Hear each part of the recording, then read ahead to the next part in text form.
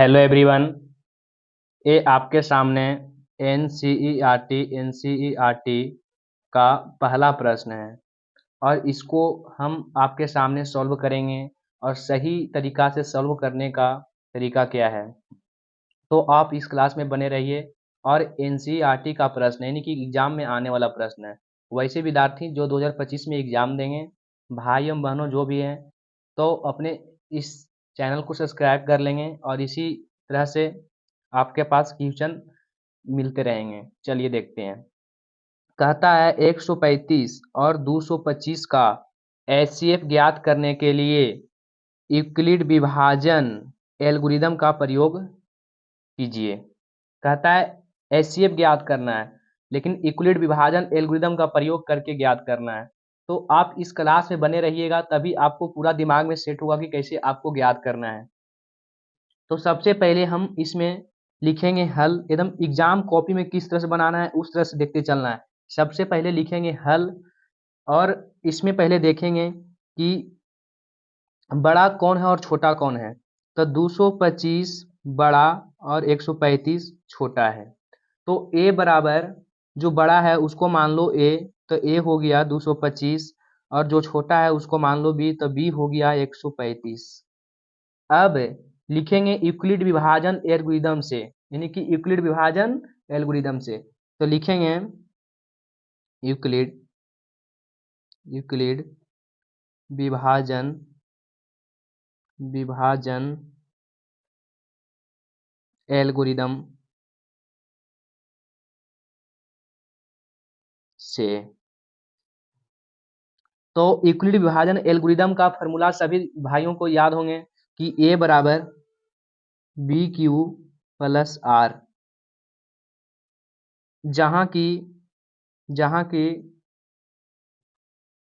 हमेशा b से छोटा r होनी चाहिए और r से छोटा 0 होनी चाहिए, और r अति 0 से बराबर भी होनी चाहिए r, यानी कि b से बड़ा चाहिए। तो इस तरह से हम फार्मूला लिख दिए।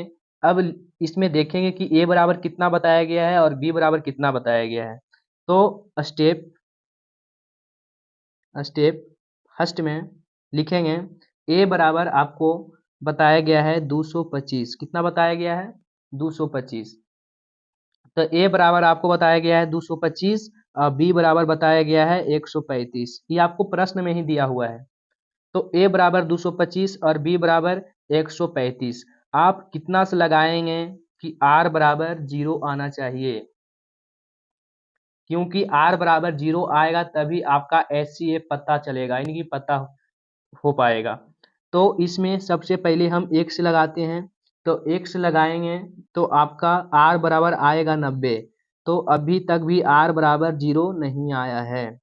स्टेप सेकेंड में चलेंगे स्टेप सेकेंड में चलेंगे तो 135 आपको a हो जाएगा और 90 हो जाएगा b, यानी कि 135 यहाँ आ गया और 90 यहाँ आ गया। तो अब कितना से लगाएंगे?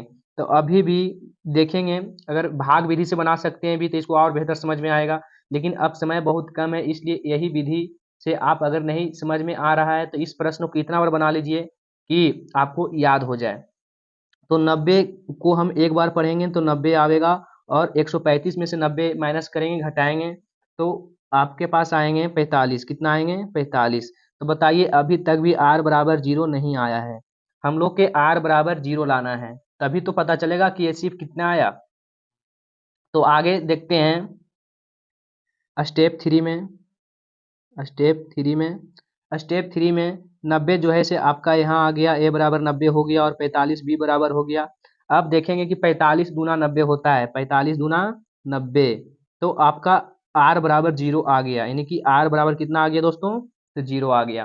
तो r बराबर जब 0 आ गया तो आप पता कर लिए हैं कि 135 और और 135 और 225, यही तो कह रहा था कि 135 और 225 का एचसीएफ ज्ञात करने के लिए एल्गोरिदम विभाजन एल्गोरिदम सॉरी यूक्लिड विभाजन एल्गोरिदम का प्रयोग कीजिए। तो 135 और 225 का एचसीएफ 135 और 225 का एचसीएफ कितना प्राप्त हुआ दोस्तों? तो 45 आया। कितना आया? 45। तो यही तो आपका आंसर हो गया।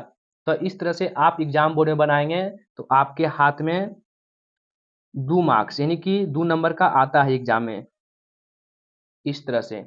तो इस तरह से आप अगर 2025 में बेहतर करना चाहते हैं दोस्तों, तो सबसे पहले चैनल को सब्सक्राइब कर लें और अपने दोस्तों को साथ भी शेयर करें। चलिए फिर मिलते हैं अगले क्लास में। जय हिंद, जब तक के लिए।